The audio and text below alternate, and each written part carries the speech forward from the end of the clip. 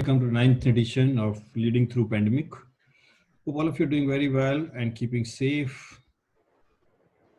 So next week is our pitch day, as I had said earlier, 31st of May. And this is the last reminder for people who would like to apply for it. 26th May is our last day for applying for the pitch day. We're still looking for some very interesting deep technology, retail and e-commerce technology ventures. As you know that we will be mentoring and funding these ventures. We're looking at around 4 to 6 ventures to present in the next week's session. And it will be a closed door session with our advisors, mentors, and portfolio ventures, along with the investors who will be looking at these. And this is our last session of our series, Leading Through Pandemic. And following that, we'll have this next session. And then starting June, we'll come back to the new format of knowledge format of retail technology. And I hope you will find that interesting as well. And thank you for all your support till now.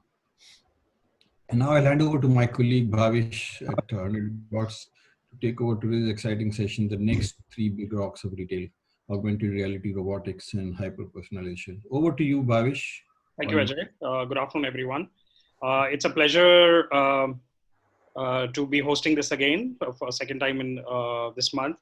I'm a partner at an early stage VC fund, Modular Capital, based out of Chandigarh, and I'm also a venture partner at 100 Watts, which is India's retail tech accelerator. It's my pleasure to introduce you to my 3 panelists today. Dipankar. Dipankar is, a well-known guy in the deep tech space. He's head of innovation at Nayland, and before this, he co-founded a very interesting ad agency called Hyper Collective. Welcome, Dipankar. I also have with me a very dear friend, Sanjeev Sularia. Sanjeev I've known for many years. He's one of the few very deep tech retail companies out of India. He's run multiple retail, e-commerce, as well as deep tech companies in the past. He co-founded Exclusively, which was bought by Snapdeal, and ShareSing, which was bought by Mantra. Welcome, Sanjeev. Thank you. Yeah, and just to introduce, he currently is the CEO of an AI retail tech company called Intelligence Node.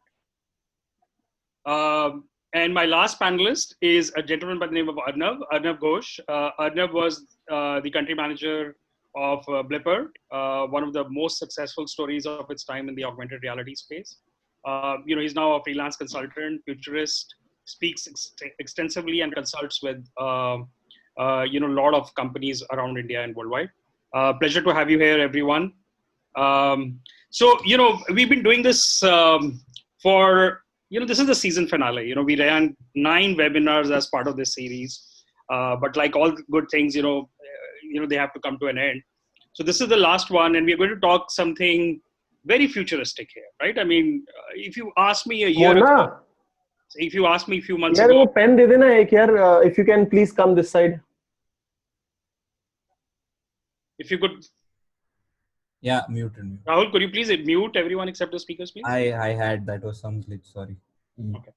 So, if you had asked me before COVID, if, these 3 technologies, advanced AI, hyper-personalization or AR, virtual reality, and robots, if they would be mainstream, the answer would have been no. There's tons of funding. You look at companies like Magic Leap, or you looked at things like, what kind of things were playing out in the CES. If any of you were following the news from there were very interesting activities happening there, right? So if you look at what are the 4 or 5 large trends which happened in the space, right? Firstly, the latest chips and processors, from Qualcomm, Intel, Nvidia, AMD, they're all making immersive experiences, realistic, right? 5G is almost around the corner. Devices are coming out, and obviously they'll take advantage of low latency networks, right? There are depth sensors, the most famous being time of flight at the rear of the device, and the ultra wideband technology, are making, devices spatially aware. Samsung has been doing some work in this area. TCL has been doing some work in this area. The foldable screens, most people don't realize the foldable screens are increasing the field of view for what is known as field of view of AR experiences, right? I mean, TCL again has done a lot of work there. And, finally, I think smart glasses, that need not be tethered are actually becoming reality now, even if they're tethered with Bluetooth, right? So if you look at this scenario and you interplay with this very major COVID-19 scenario, right? The market has completely changed, right? So I'm going to come to Dipankar. Dipankar, what are your thoughts on how the retailers are going to leverage these technologies? Hey, hi Bhavish. Thanks for this. Um, so yes, I think you very nicely put out the paradigm shifts that will happen because of 5G, because of um, the foldable screens and the uh, eyewear and the headsets and all of that, the untethered experiences. Um, and the COVID-19 definitely has catalyzed the need for having augmented reality experiences in the retail space. However, there is still a gap between what the need is and what technology can deliver, where technology is right now. And therefore, we have to evaluate things from the perspective of what's immediate, what's intermediate, and what's long term, right? I would always look at immediate as something which could range from anything between 6 to 18 months, where I could roll out a POC given existing technology and kind of look at the best case scenarios for them. Retail essentially uses the front cam experiences of augmented reality, not so much so the rear camera experiences.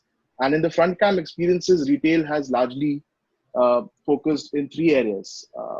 One is in the entire discovery space, which is before you reach the store. So a lot of e-commerce companies, digital companies have been using that, where you could, for instance, what IKEA and Amazon are doing, which is essentially imagining what the furniture would look like in your home, right? Or in a more push fashion where you can actually have an ad which is rolling out a AR experience and making you imagine what the things are like. And then comes the next phase, which is the in-store experience, right? And in in-store, again, you have fashion and beauty, looking at a lot of the makeup and all of those things.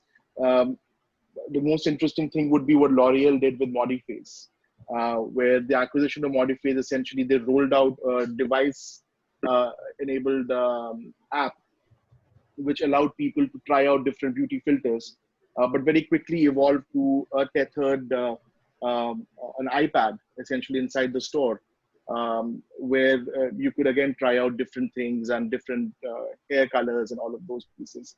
Fashion and all the virtual mirrors that you talked about, all of those are essentially in the same space, the front cam experience. Where I, however, feel the biggest role of AR will be, and which is already also happening, is in the back of the office. So it's in the warehousing and the logistics and at the operative level where AR has the maximum uses. Remember all those technologies that you spoke about, which were the most evolved in their time, which is the Google Glass or the Magic Leaps of the world or the HoloLenses of the world. All of them are essentially in the enterprise edition, which is supporting the business at the back end of it.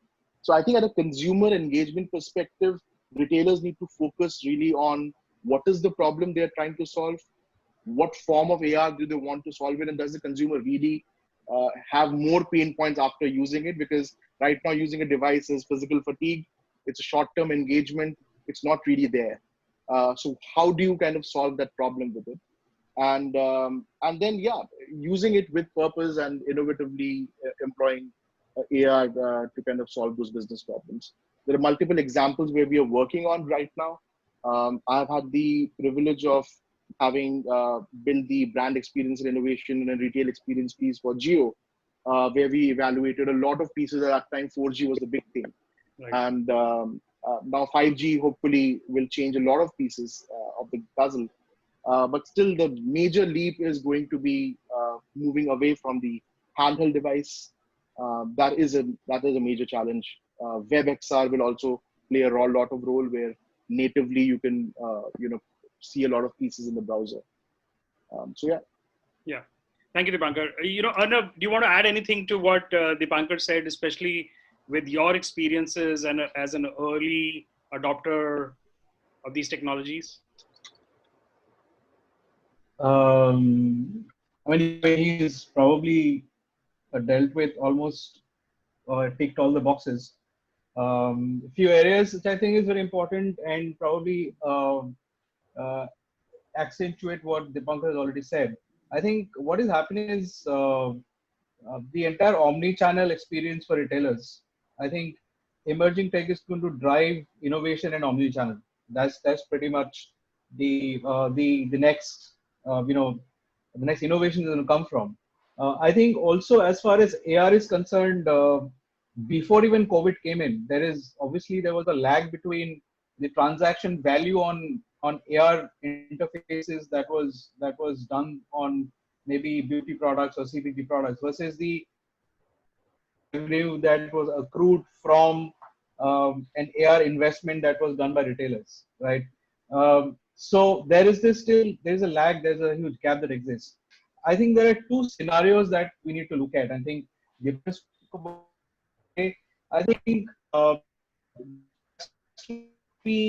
there is whole host of conversation that's already speaking about reimagining the store of the future, right?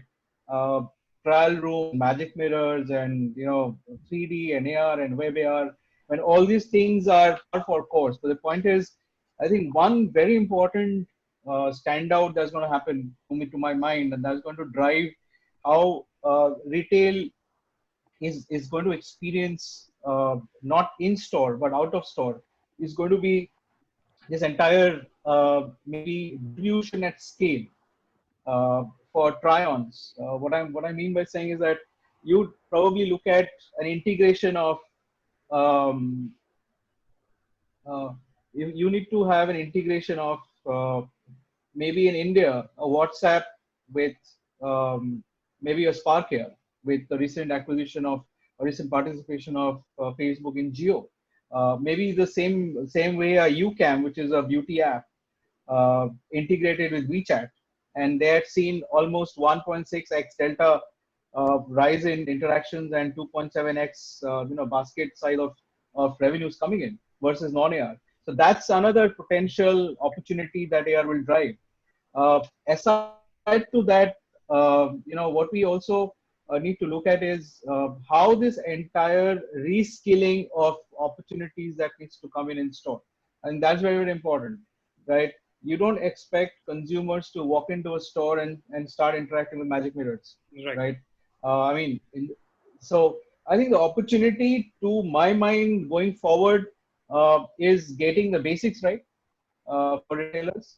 I mean, there are a lot of people in the country today who would advise retailers on deep tech, on digital transformation, on what needs to be done. I think one very important area of opportunity I see is how do you imagine using AI and AR to help rediscover opportunities outside the store. For example, what we had done in 2015, right, and I think it holds still true, is we had spoken about digital bidding of the physical world, right? What we meant was that if you're looking at an object outside of a store, can brands bid on the object, convert that into creating shopping opportunities for users, right? So you creating shopping moments outside of in-store experiences, and that's where I think this entire funnel is going to be built. I am not kind of harping too much about tech because there is Sanjeev, there is Dipankar, will anyway talk about it. My idea is how to kind of look at differentiated funnels, differentiated consumer experiences as we kind of move on in the conversation.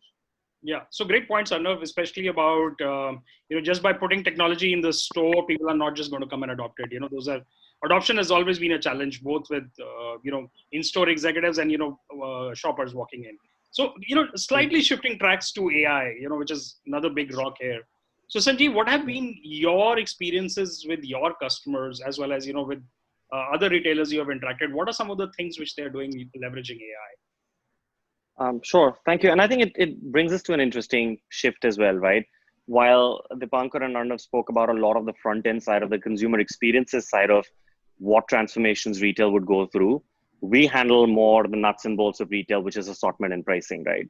And I think Arnav made a great point about all the investments would be enabling that omni-channel commerce itself. For me, I've always looked at omni-channel from two lenses.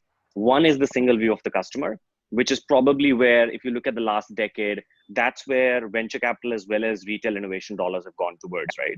It is more personalization, better marketing, better loyalty programs that are homogeneous across channels.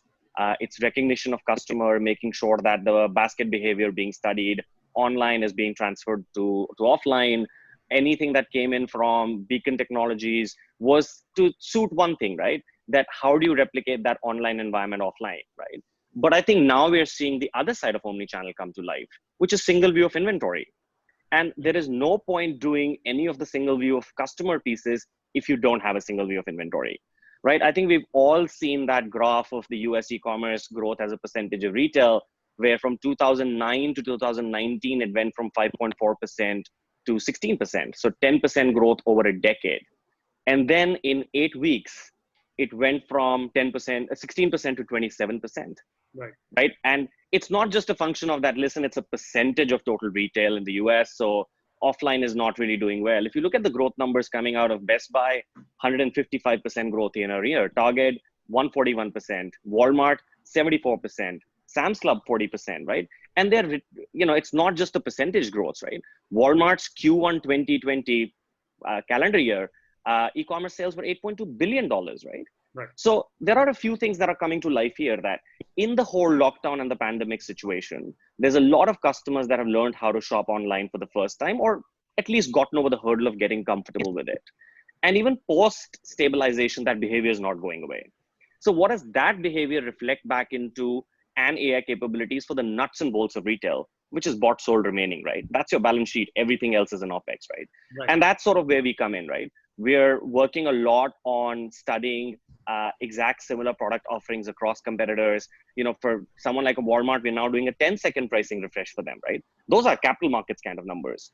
And I think making that capital markets reference, right, that's probably one place where AI and machine learning are making the biggest impact, is your ability to tweak assortment and pricing at multiple dynamic levels. Of course, one is at a single consumer level, but then zip code level, right? Because what is happening in the hyperlocal demand-oriented retail that is coming to life, you can't stock everything everywhere at the same price. So that is being transferred back to the customer as well. We are seeing first-party versus third-party differential pricing come in an e-commerce world, right?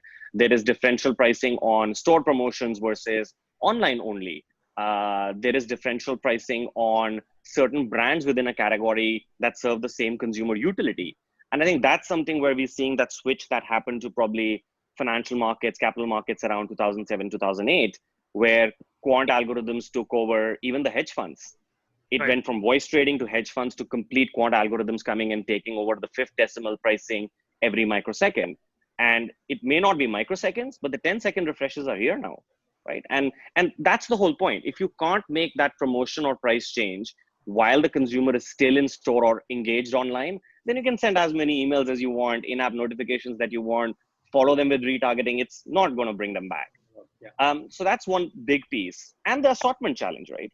On one side, there is an Amazon with 270 million products. There is someone like a Walmart with 85, 90 million products. There's Target at 40 million. But you take those three out, Macy's has 150,000 unique products, right? How do you then compete in an environment where when you see who competition is, you can't match up to that assortment width? But what are the next 10% critical SKUs that you need to add? So there's a lot that can come from, and it can't be done in isolation of studying your data alone.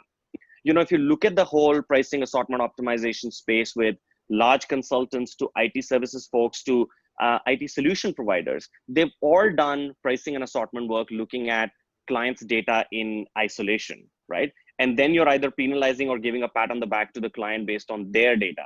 Historical sell-throughs, inventory positions, customer behavior, but all limited to one class set, right? And that's myopic. And I think that's where one thing will come in. You can suddenly start looking at a whole universe and then placing yourself in that universe before you start overlaying your risk and liquidity capabilities. I think those are two areas, pricing and assortment, where we'll see a lot more adoption of AI and machine learning. And finally, to close that point off, I think we'll also see subject matter expertise driven consulting and heavy on-prem installation softwares give way to plug and play SaaS, give way to cloud-based technology. On-prem is just going to become a flavor that nobody wants to taste anymore. So I think those are at least a couple of where the change will come in and how it will come in from what we're looking at for our clients. Yeah, I think if you look at the overall enterprise software market, SaaS is just 25% of the overall spend. But I think you're right. I mean, it will accelerate a lot of adoption towards SaaS. Great points, Sanjeev. I'm going to switch back again to AR. So Dipankar, we talked about use cases, but in your experience with working with retailers, how hard is it to justify the spend? Everybody talks about digital transformation. They do a three-month POC. How many have actually take it into production, and how many actually do it? Where their staff, frontline sales staff is trained, or just becomes a shiny object. Oh, sorry, this is not working right now. I would say 99.5% it's a shiny object. It's one marketing manager's show and tell for the quarterly review. COVID-19 has changed it. I am currently evaluating 5 active problem statements which the company feels AR can resolve, or some form of XR can resolve. People have tried out VR as well and all of that. See, the biggest challenge that legacy, or I would say people who haven't used AR ever, and they feel it's like a magic wand that can solve all problems. The biggest challenges that they don't realize is 2. One is the interface, obviously, which is the most intuitive thing. But then how do you virtualize your inventory? Because you have never done that. Right. You have always been in the 2D space of having images, right? Yes, you have companies like spatial.io come in, which is taking a photograph and then mapping it and turning it into a 3D object. But then you have to implement that in the pipeline. Right. And then how do you translate that to ROI or to really actionable pieces with ERP integration? Yeah. What Arnav has been working on for many years with Lipar is way ahead of the curve. None of that has seen light of the day. Sure. And brands were never ready. This pandemic has made people sit up, take notice, want to do things. But it is a challenge. It is an uphill task. I'll give you 2 examples. In the consumer durable retail space, right? There is a lot of opportunity that AR has, especially with reducing the interaction between the salesman and a customer. Imagine you go to a Chroma or a Vijay Sales or any such kind of a large format store, and you're evaluating 4 refrigerators, or you're evaluating 4 washing machines, and you want to know more about it. You will inevitably want to bring in a salesperson and have a more detailed discussion. Godrej did this about a few years back, I think, where they trained their sales team to essentially use VR headsets and give an experience to customers of how a washing machine works, how those turbo thing, because you can't have a live water connection inside a store. Sure. AR can resolve a lot of those things for all of these comparative pieces, so that you at least eliminate the FAQs, you eliminate the initial sorting, and then bring in the salesman for that filed interaction. Right. Same thing is happening in makeup and beauty segment, right? Where you have the lowest hanging fruits of all large retail stores, where you have lipsticks lined up, and you want women coming in, trying out different colors, and then moving on. That's gone. You don't want to test anything anymore. So AR can solve that, but then there are no easy answers. It's no longer the gimmick of trying out a beauty filter on Snapchat that we're all used to. This has to be a business case. It has to be solved like a real business problem. So all the integrations and all of this. On that front, the luxury good makers, they can potentially experiment with this kind of stuff. And when I use the term luxury, I mean anybody who has the right amount of margins of 200-300% to be able to afford that. At the bottom of the pyramid, a lot of these technologies are not going to make sense. For grocery as an example, right? But the moment you bring in scalable SaaS-based opportunities for this, these suddenly start making sense. Somebody will have to make a move, and I think a lot of people are thinking in that space. Yeah. So the virtual malls of the world and all of those pieces are things that can be a plug and play, and that's a solution that's going to help you in the bottom of the pyramid. The pandemic has really raised a few very different questions where you are starting questioning whether you need offices, or whether you really want to go to a store, whether you really want to risk that. And therefore, it goes beyond just whether I can afford it. It's more like an investment for future posterity and survival. Sure. So, Arnav, coming to you. Thank you, Dipankar. Arnav, coming to you. Blipper was ahead of its curve. But do you think in today's scenario, if something like Blipper 2 was launched, do you think it will have mainstream acceptance? What, in your assessment, has drastically changed post-COVID? I think there was an inertia to not use AR. People thought before COVID, I think people were sitting on the fence. Arnav, if I can request you to switch off your video. That is deep tech. I'll switch off the video. Yeah, just to preserve bandwidth. Is it all right now? Yeah. Yes, All right. please continue. I think it's a generic problem with sitting on the fence until unless they're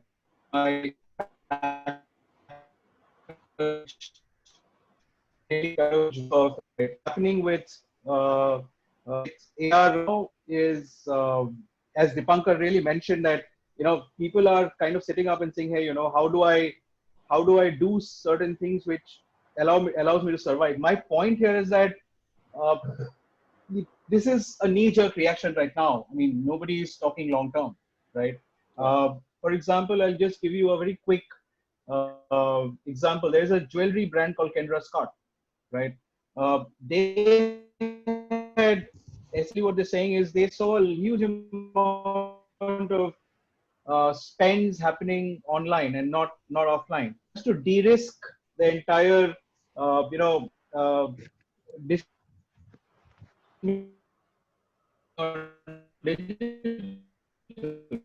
quickly, which essentially has ions, learning and computer vision, and they did it in 1 month, which is a record of sort. We don't kind of apps in 30 days, right? But they didn't look at, Yeah, Arnav, unfortunately, I'll have to move to Dipankar. Your voice is not audible at all. I apologize for that.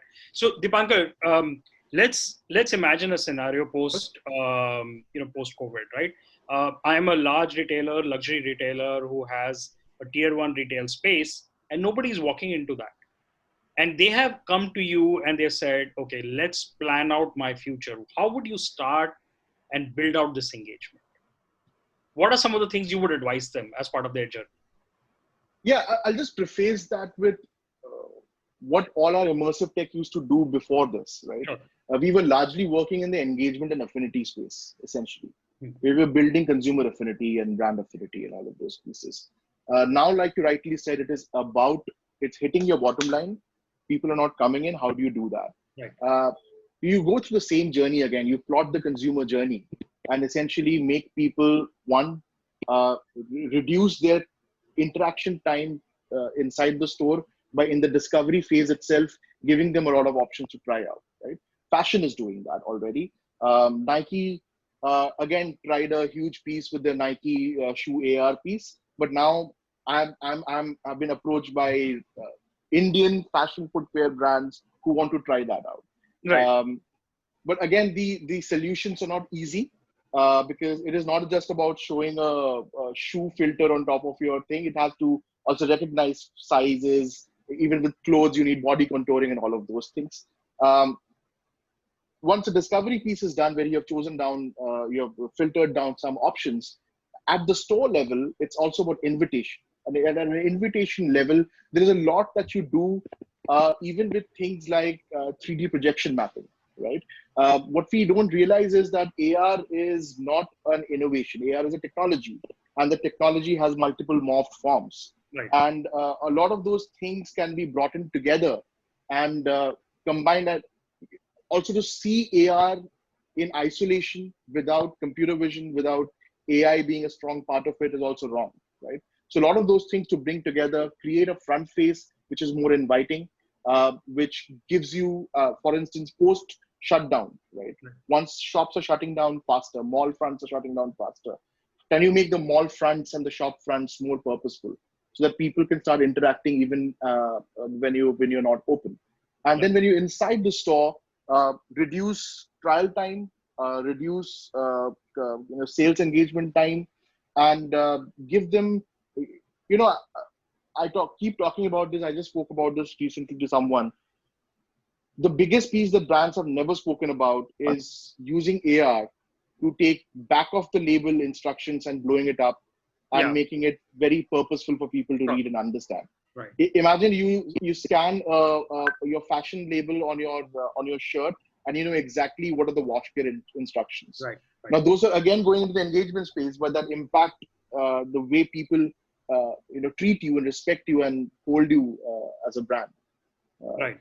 So yeah, an interesting example comes to my mind. So Maruti does this with a Indian AI company called Zane, where let's say you have the oil instruction on your dashboard. Through the computer vision, it actually auto loads and says this is the problem you're having. Because nobody wants to refer to a 60-page manual, right? Correct. And most of the wash care instructions, when I take your example of a t-shirt or a shirt, it actually goes away with the label the moment you bring it home. Absolutely. In fact, you cut it off because Zara has a 1 kilometer long label. Yeah. So those are obviously interesting issues. Arnav, just checking if you're back, if you'd like to add anything to what Dipankar said. No, I think Dipankar is already. Can you hear me now? Yes, much better, please. Okay, all right. I feel again. I think because post COVID, I see a lot of movement happening in adoption of adoption of simple AR opportunities. But I think one large thing that I see happening is a lot of the assets of retailers, right? So there has to be a huge amount of 3D optimization that needs to happen, right? Yeah. Because even if you want to do basic AR, the fundamentals of AR is creating great AR assets, which could be scalable, which could be 3D ready. I think that's a major problem as to how and what amount of assets you can create and you can kind of port it through, because you either do engagement, you either create exciting shop fronts, you install virtual try-ons, you create great apps, you create opportunities which de-risk digital buying decisions. You build ecosystems by spending money, but if you don't have a great 3D content strategy, right, then you are dead, because none of this is possible if you're not optimizing, and it's a huge cost opportunity as well. So I think fundamentals of AR is that you need to have a great content pipe, and most people who want to, and most retailers are sitting on saying that, hey, I want to just get a catalog, create an interactive catalog, is not going to work. It has to be web ready, immersive commerce ready content creation platform, which you would need to drive your immersive commerce forward. And one thing that we have realized in the last almost 2 years before COVID is that the sweet spot for augmented shopping really is around categories which have been highly standardized and had great opportunities for customizing features, right? And I think the 3 key areas where we felt that any AR interaction is going to dovetail and drive discovery, engagement, and ultimately fulfillment is going to be either, you do a try on, try out, and interactive. I mean, these are the 3 broad categories, right? And mostly, if you have seen in the try on categories, there's a lot of noise on virtual try ons and stuff that has been done. Even on tryout, like in auto and home accessories, you see a lot of opportunities being created, but people perceive it to be very expensive, right? And an interactive, where you're talking of guys like Chromas of the world or CPGs, opportunities to create AR experiences are very, very limited, because people say, hey, our deterrent is cost. I see this entire inertia towards cost and content creation getting somehow pushed forward as a momentum.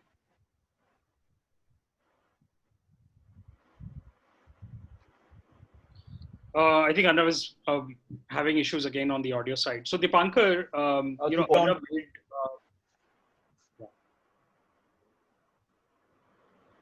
Arnab, we are again having technical issues with you. So, I'm going to switch to Dipankar. Dipankar, Arnab made a beautiful point about cost. The content, even if, let's say, the cost of the hardware is getting affordable, yeah? Like if most of the things are available in the 400 to 600 category, 400 to $600 from a hardware perspective. But content generation, cataloging is an ongoing cost. What has been your experience, dealing with your customers, whether they understand that? What would your advice to them be? So, I mean, there has been a massive shift from the kind of request we used to get before this crisis happened. They were very event-based or, single interaction based, and they used to be very, they would have, I mean, most brands would treat AR like a video, right? Like the way you spend so you spend 10 lakhs on a video, so okay, you make me a 10 lakh rupee AR experience. Yeah, so it's a one-time cost in there. It's a one-time cost that they would think of, right? Now, increasing the requests are very different, and they understand the gravity of what they're trying to get in. All right, guys like Nestle. So I've worked extensively with Nestle, and Nestle had a global team, even though I've never used AR at a consumer level, but at a global level, they have been trying to figure out and doing POCs, etc., for years now, right? And same with L'Oreal and other guys. So now the requests that we're getting, they are more serious. And interestingly enough, the virtualization of the asset library is the most important piece, right? The costs are going down because the moment you bring in scale, once you want to do 3D rigs for 3,500 products, the costs go down. Vis-a-vis saying that you make me 5 furniture pieces and I want to turn and let's check them out. So all of those pieces are making a huge difference. So yes, costs are seen with a different light, in a different filter, but it's not unaffordable or impractical, so to say. It's very feasible. Sure. So, switching back to AI, Sanjeev, your favorite topic, or even mine to some extent, what would your advice to some of the Indian retailers be? You tend to work both with global as well as more with global. Some of the very large brands are your clients. What would your advice to Indian retailers be? I think the first one's a no-brainer, right? Digital transformation is not a good to have. It's a must-have, right? It's just an absolute no-brainer. Even if we look at Indian retail today, right? For all the venture capital dollars that have gone into e-commerce, right? Total organized retail is still 8%, right? 92% is still unorganized, and that's where the biggest digital transformation needs to come in. But also piggybacking off something that Dipankar and Arnab were saying around just content, right? What happens there is generally unstandardization of catalogs on content, specifically lifestyle categories, right? I mean, to put it into context, in the Asian lingerie market alone, we track about 3,800 versions of the color beige, right? And forget about what is a t-shirt to one, is a Henley to another, is a graphic tee to the third one, is a T- shirt to the fourth one. How do you marry those? And you come to unorganized retail, where there are just labels everywhere. I mean, I won't even go as far as calling them private labels, but just unbranded product. How do you standardize that, right? Now, couple this with a challenge of, at least in e-commerce, you have all those filters, right? You can say, I'm looking for a white shirt that is slim fit, 100% cotton, Windsor collar, French cuff, and your shirts get shortlisted and you can pick there, right? What happens when this tiny organized malls open out, or even branded stores open out, right? You have to do a couple of things. One, minimize consumers' time inside those malls and stores. They're not going to be doing the leisurely shopping that they used to. They want to come in, fulfill the consumption need and get out, right? And that's where you have literally no access to those filters. But you can, I think, with a lot of content standardization, and this is different kind of content to what Dipankar and Anna were talking about, but I'm talking about product copies, right? To the washing instructions. But what about the fabric instructions, fit instructions? If you walked into a mall and looked at the mall directory, instead of just showing me women's apparel everywhere, if you could say, show me everyone selling A-line dresses, right? And if you could filter down to that level, then you know, third floor, fourth floor, 4 stores and all, I can go there. Or in a single category multi-brand store as well, which brands are selling what you want. And to shamelessly quote Steve Jobs here, right? In the 98 Business Week interview, he said, people often don't know what they want till you show it to them. That's not true today. Millennials and Gen Zs do so much research on what they want. If they walk into a Vijay sale or a Chroma, or they walk into Shopper Stop, right? Whether it's lifestyle categories or hard goods, they've done their research. They know more than the store assistant. And this is where technology can play a massive role of bringing in information to the hands of the store associate to be able to guide the consumer to what they're looking for and complete that purchase and exit the store as quickly as they can. Yeah. And I think that's another area I think a lot of actionable insights can come in very, very quickly. And the other piece, I think there is no point on this battle between legacy offline retail in India versus, you know, the poster boys, the hated community. I'm from that community, and you know, there's no point of being hated, right? They're all serving one single function, which is consumption for 1.3 billion Indians, right? So there, I think it has to be a mixture of the two. I think the Jio Facebook is a classic case. I think if you look at Facebook and Shopify now, I think that's bringing in social commerce to another level. Again, not an Indian example, but it will come to India as well, right? And that's a great opportunities for tiny SMB folks to have a plug and play Shopify kind of a platform, which is completely product led, then have access to 3 billion captive consumers globally for Facebook. Your payments and your customer service is sorted out with Messenger and WhatsApp, right? I mean, those are kind of environments that need to be brought to the forefront. Now, Microsoft is tied up with FedEx, and believe it or not, Microsoft is eyeing retail as well. I'm sure TikTok is not very far away. Yeah, They're going to target retailing. Target just tied up with Instagram to be able to shop all Target products from Instagram, and they're tagging different images. And let's say if it was a living room, there's a rug and there's a dog sitting on it wearing a dog coat. They can tell you can buy that dog coat and the rug on Instagram and take you back to a shopping experience in a couple of clicks. So I think for the Indian community, I think shaking hands on digital and offline together will be the holy grail. Else it's going to be extremely expensive. One will have the local presence, and even during a pandemic can utilize local stores to ship products when you can't move products from central warehouses. The other one has access to a growing community, which is digital savvy. I think when you combine the two, that will probably be the real growth formula for Indian commerce itself. Yeah, so I think that's very interesting. And, you know, there's a very interesting question from my friend Yagnesh from 100x VC. You know, so in continuation, and, you know, feel free, all my panelists are welcome to, you know, respond. But, you know, so the question primarily is targeted to you, Sanjeev. You know, he's asking basically, what's the opportunity here for small retail stores, you know, to revert back to volumes they saw earlier? As big as it gets, right? Nobody can onboard the entire Indian inventory ecosystem itself, right? I mean, globally, we look at 1 billion plus products, right? And none of the e-commerce retailers in a multi-seller environment get even remotely close to that, right? In an Indian ecosystem, we don't even have eyes on what goes on beyond those 1 billion plus products, right? There's about 1,900 meta retail categories that get operated in, right? There is no way anybody can build in a catalog that serves every consumption need. And for all the technology nuances of understanding the customer and personalization, the really small mom and pop stores actually understand their customer better than ever before. You know, it's how do you take those recommendations, product recommendations, or basket behaviors that are captured in the heads of the mom and pop store owner to actually making those shopping recommendations and delivering ahead of time. I think that's a difficult journey, but it's a journey that is worth pursuing. And I think as we see, again, going back to the 92% unorganized retail in India, what Jio is doing, what Uran is doing, everyone's trying to say, listen, it's a shared economy. Can we bring all those names to a common platform? So you don't have to do what legacy CPG players had to do. Master franchisees, smaller franchisees, there's a primary market, there's a secondary market, there's a tertiary market. They don't even know what's happening at the tertiary market sale, right? And to reshelf a product, it takes months, while a nimble small brand comes in and can reshelf in days, right? I mean, what Zara's done to the larger fashion ecosystem, where inventory turnaround times went from 270 days to 2 weeks, I think that is what the SMB market has to offer across every single category. So I think it's a shared economy, and if they're left out, then Indian retail will never grow, right? Because you can't ignore 92% of retail. Yeah, I think you're absolutely right. I think eventually the business, to answer Yagnesh's question, I think there are only two business models eventually that will come out.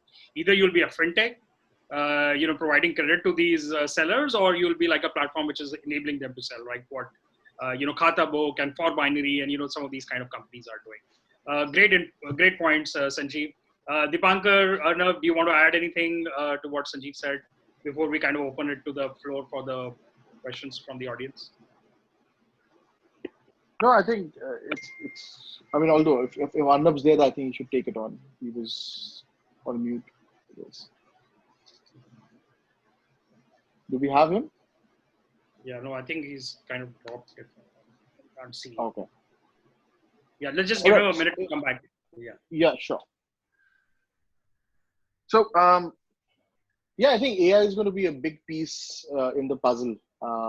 And hyper personalization is something that we have all been talking about a lot.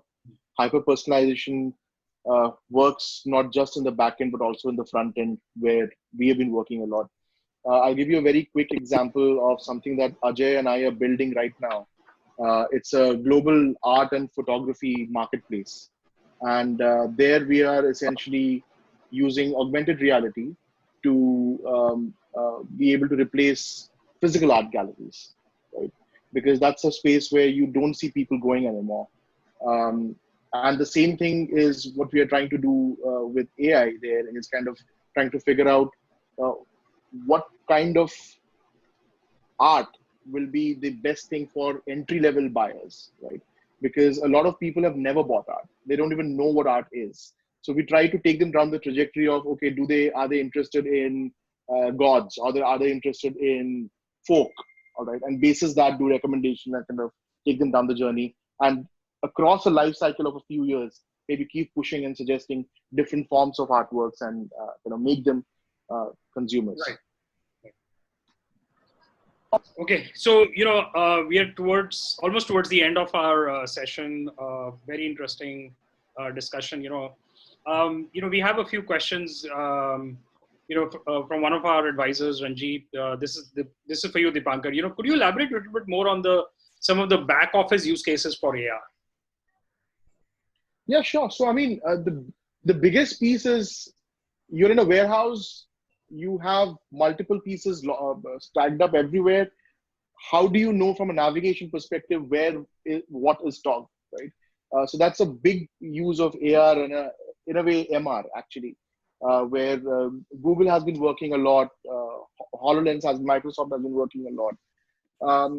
Even in terms of what QR codes used to do to a large extent, AR is now doing that. The AR markers. There are also things like you're using thermographic ink to kind of print AR markers, which react to temperature itself, and the marker itself is dynamic, right? So you can actually use an AR scanner, an AR app, and scan and get a different information in terms of what the state of the food article is, depending on what the AR marker is, right?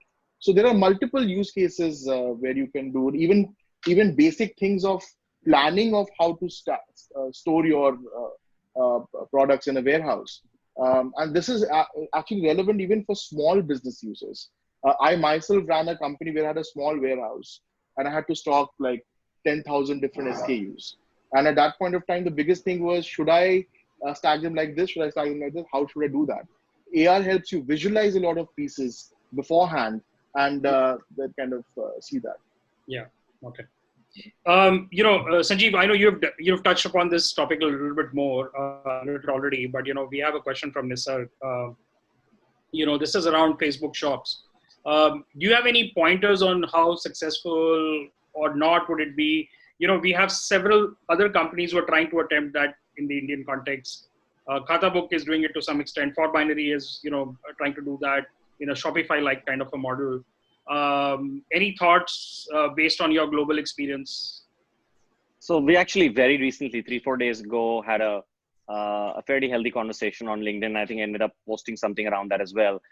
Right. I think, and this is a bold prediction, I genuinely think if we look at retail probably a decade from now, Facebook would be competing with Amazon.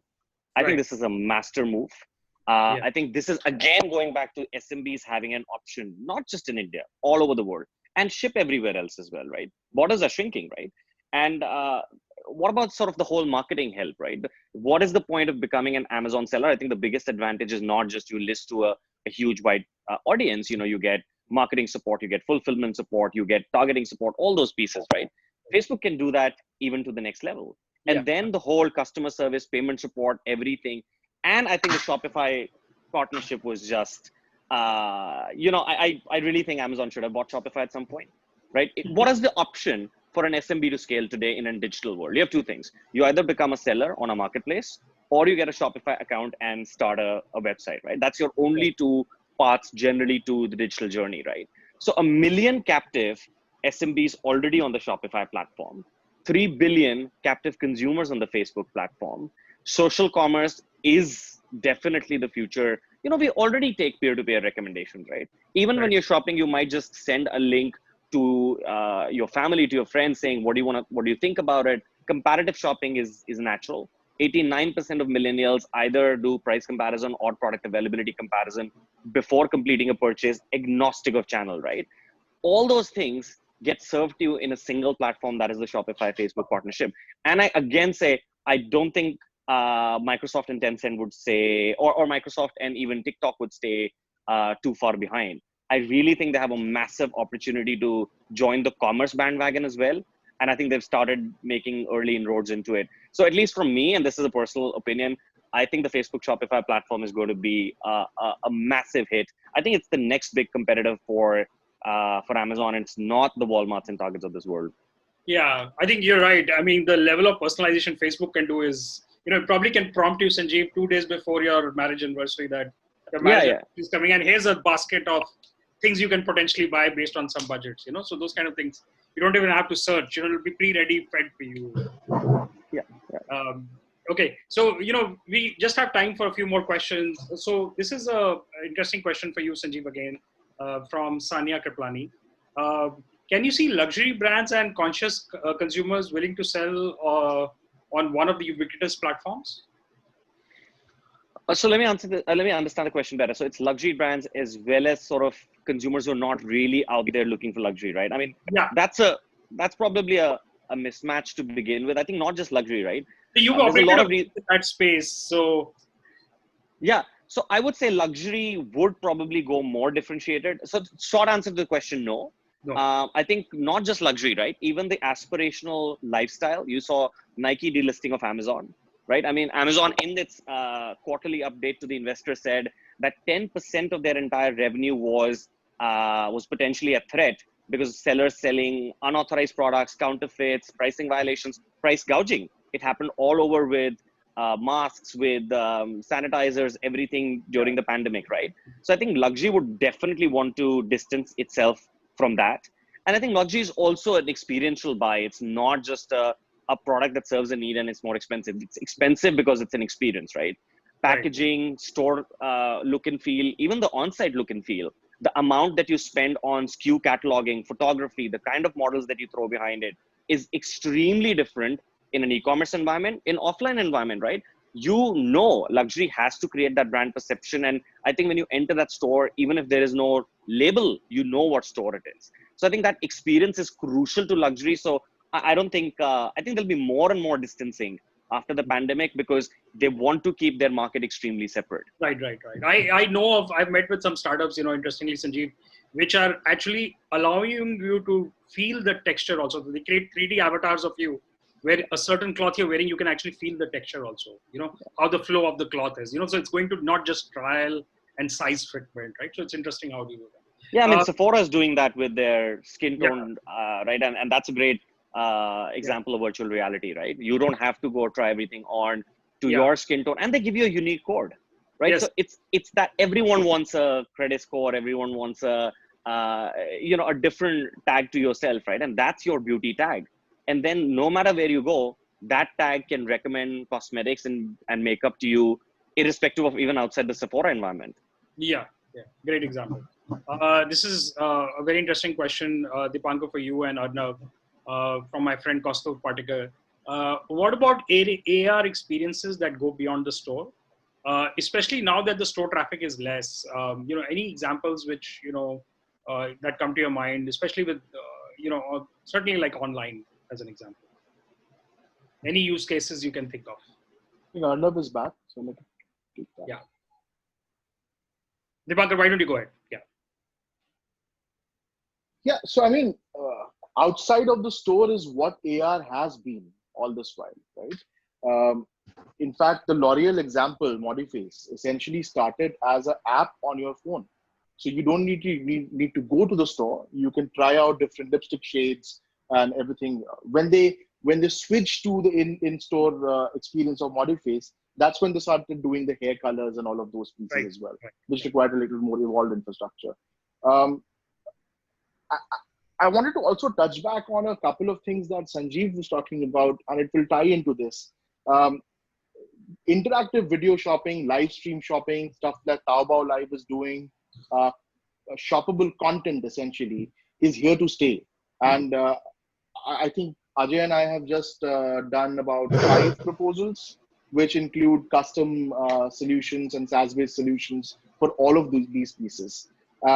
Augmented reality is going to play a piece within this entire space, where be it an automotive company or a consumer hardware company or a fashion company, you're essentially going to have shoppable augmented reality experiences where you try out a clothes, you try out different combinations, that select the one that you like and go ahead and shop on your mobile phone directly. Yeah, I mean, it's a no-brainer that it's here to stay, and that out of store is the norm. It's the in-store which we are really trying to build use cases for. And also, guys, sorry, I was probably technically knocked out.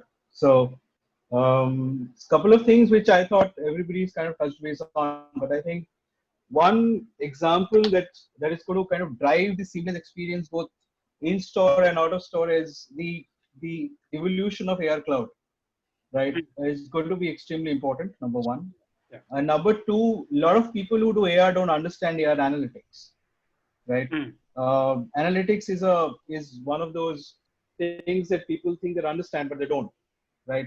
A very simple thing, I was speaking to a large retailer in Singapore, and they have done a lot of innovation and stuff. But one of the key metrics they have been trying to struggle to find out was dwell time by users outside of the store, right? And I think it's very important to understand that anything that you do in AR, I think because I think Sanjeev and Dipankar has touched almost on everything. So I wanted to just quickly kind of sign off by saying that COVID, both on AI and what Sanjeev essentially said about supply chains getting strained, and you need a retail decisioning platforms to understand what pricing, what assortments, what inventory management you want to do. I think COVID, I hope and I pray that COVID, it doesn't create a knee-jerk reaction to usage of emerging tech, right? It should not be looked at as a short-term solution to a 2-quarter, band-aid that I want to put in because of what I've suffered in the last two quarters as well. So the idea is, if you need to invest now, it needs to be a long-term, right? Emerging tech is not going to deliver unit economics ROI to you if you think it to be a 2-quarter linear strategy. It's never going to work. Great point. Right? So that's what I wanted to sign off as. Yeah. And I think those are great points. And one last question, and pointed to you, Sanjeev. We've talked about this to a large extent, but increasingly I'm getting questions from Kishore at NextOrbit and Nisarg. So this is a combination of both the questions. Now, we are seeing Shopify-like platforms coming in India, which are very tailored to India. For binary comes to my mind, OK Credit, Khata Book. The monetization models is either sell or provide credit, right? I mean, Udaan also to a large extent is morphing into a fintech, right? So we have, country of 1.3 billion people, we have these kind of very localized who understand the local nuances. We have these kind of players. And then you have the global guys who are coming in, like with Shopify or even the Magento's open source, or Facebook shops, or some Instagram, a lot of these boutique type of brands, selling through Instagram. In your opinion, of having seen retail both in India and the US, and having been a retailer in India also, do you think one or the other approaches has a leg up? Which do you think is going to be eventually going to conquer the larger market share? I don't think one or the other will have a leg up. I think it will always be the existence of both, because I think I keep going back to that 92% unorganized retail number. It's just such a large number for multiple players and multiple approaches to dip their beaks into and still build very large and yet profitable businesses. So I don't think it has to be the fittest survive at all. I think if we look at China, I mean, of course, unorganized retail sheer percentage is a lot higher. It's 92% organized, or actually 94% organized versus 92% unorganized here, right?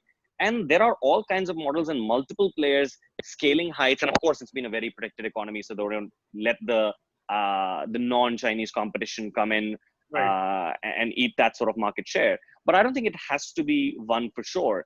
And I think coming back to the whole Shopify piece as well, and again, why I believe the Facebook tie-up is a masterstroke. Even right now, not just goods, right? Commerce is services as well. If I am a party planner who does parties around, let's say, Bandra, right? I can simply have a Facebook and an Instagram page saying I'm available, right? That's commerce as well. And shops can dip into that. Art selling. There is no area, we were talking about the Punker art selling, right? You can just have a page out there, but with Shopify, you can accept payments, you can do customer resolution, you can watch your order management. A lot of things where it starts as a pure SMB. Let me list something, or let me list a few products on Amazon, but suddenly when you hit scale, where do you go looking for that ERP, the WMS, the payment solution? That's extremely costly in the old world. But with plug and play technologies like Shopify and a lot of others, and WhatsApp Pay, Facebook Pay, Messenger for customer resolution, sentiment resolution, all those pieces come under one umbrella. And I think that's the opportunity where almost every entrepreneur starts that way, right? Let me list something and see what happens. And then you want to go hug that first customer saying, where did you come from? And then before you realize there are millions of customers. And these are technologies that can actually take you to scale there as well. We've heard, Staples trying to move to Shopify. I mean, it's not an SMB by any stretch of the imagination, right? So they can genuinely support you at very serious scale as well. But again, to answer the question, because it is so unorganized and it's so rudimentary, it will always be a mix of the two, the Khata books and the Urans, as well as sort of Shopify's. And I think different people will organically find them at themselves at different stages where they might shift between these two approaches as well. But to really jumpstart that digital transformation journey of the 92% unorganized market for India, it'll have to be a mixture of those and many more to come as well. Okay, thank you everyone. It was a pleasure hosting you. Season finale, is finally coming to a close for us. Please wait to hear from us on a new format. Thank you, Sanjeev. Thank you, Dipankar. Thank you, Arnav. And thank you, Ajay, for hosting us today. Have a great day. Thanks, Bhavesh. Great weekend. Thank you, guys. Thank you. Cheers.